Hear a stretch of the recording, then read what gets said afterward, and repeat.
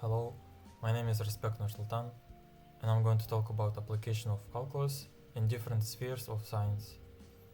My student ID is CST 2409100. So calculus can be applied in different sciences. So the first one I'm going to talk about is economics. Derivatives are really useful in economics, especially for businesses. So the first thing we need to understand is cost function. The total cost function, denoted as C of x, represents the total cost of manufacturing x number of products. As you can see here, C of x equals to the total cost of manufacturing all the products divided by their quantity. And if we take a derivative of this function, cost function, it will give us a marginal cost. Marginal cost is the rate of change of a cost function, and in simple words, it tells us the additional cost of producing one more unit. So now we need to talk about revenue function. The total revenue function, which is R of x, shows the income a business earns from selling x number of its product. As you can see here, R of x equals to the total revenue divided by quantity of products. And derivative of R of x gives us a marginal revenue, which is a rate of change of R of x. Marginal revenue represents the additional revenue from selling one more unit. So the third function is profit function. The profit function P of x is the difference between total revenue and total cost functions. So P of x equals to the R of x minus C of x. The derivative of P of x gives us the marginal profit, which measures the additional profit from producing one more unit.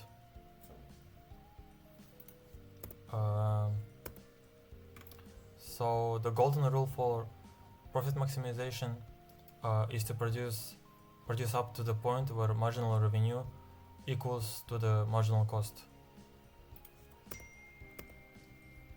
Here you can see derivative of P of x equals to 0, which says that marginal revenue equals to the marginal cost. Here you can see these tendencies. If marginal revenue is more than marginal cost, it says that producing and selling more increases profit. And another way, if the revenue is less than marginal cost, producing more products will reduce the profit of the company.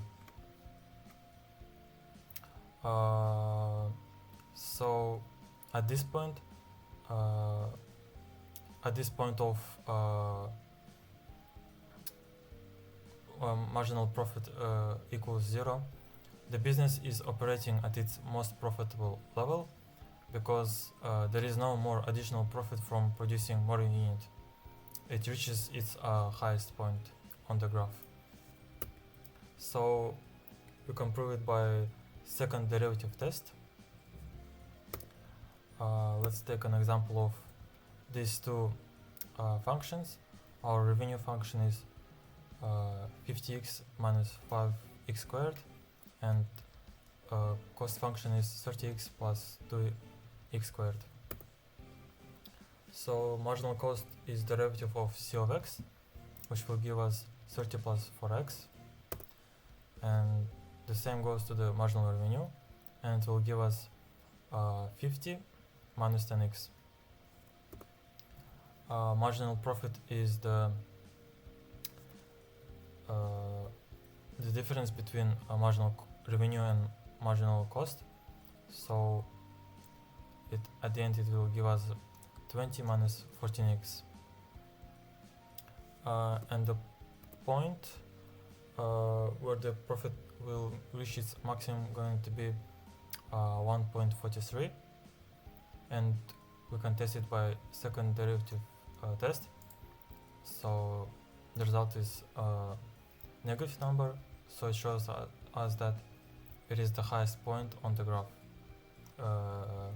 which means it is a local maximum. So the second application of calculus is going to be a washer method. The washer method is a technique in calculus used to find the volume of a solid of revolution. It is written in this formula where r of x, here outer radius, is a distance from the axis of revolution to the outer curve, and the smaller r is the inner radius, distance from the axis of revolution to the inner curve. So to check this method, you can solve this example. It says that find the volume of the solid obtained by revolving the region bounded by x squared and x plus 2 about the line y equals 3. So first of all, we need to find boundaries of these two functions, which can be found by equalizing them. So x squared equals to x plus 2, and at the end it will give us 2 points. Starting point is -1 and second point 2. So we need to find outer and inner radiuses. So outer radius is going to be the distance from y equals to 3 to the lower curve y equals to x squared. So the outer radius is going to be 3 minus x squared. The same procedure goes to the inner radius, so it will give us 1 minus x. And in the end, we can put it in a formula. So the integral of this expression multiplied by p will give us a volume, which is, in this concrete example, is 63 divided by 5 multiplied by p. And the final thing I'm going to talk about is application of calculus in engineering. Particularly saying is it is application in finding a moment and center of a mass.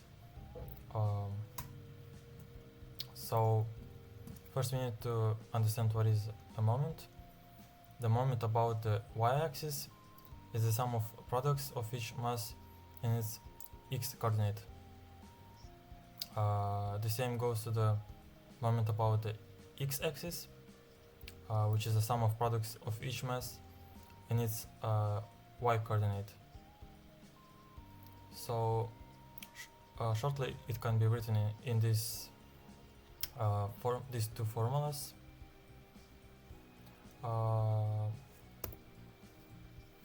So, and the second thing is center of mass. It is, so the coordinate of center of mass of a physical system can be found by this expression. Center of mass equals to moment divided by total mass. And particularly for coordinates, x coordinate of center of mass going to be moment about y-axis divided by m, and the same goes to the y-coordinate of center of mass, but with moment about the x-axis. So we can solve an example of this formula. So we have three objects. First one's mass is 2 kg at point of 1 and 3. Second mass is 3 kg at point 4 and 1. Third mass is 5 kg at point 2 and 6. So first we need to find their moments, which can be found by multiplying their masses and their corresponding coordinates. So the moment about the y-axis is gonna be 24, and the moment about the x-axis is going to be 59. And applying previously mentioned formula of finding a center of mass coordinate, we can derive these two numbers, which is a coordinate of center of mass of this concrete example. So it's going to be 2.4 and 3.9. Thank you for your attention. Goodbye.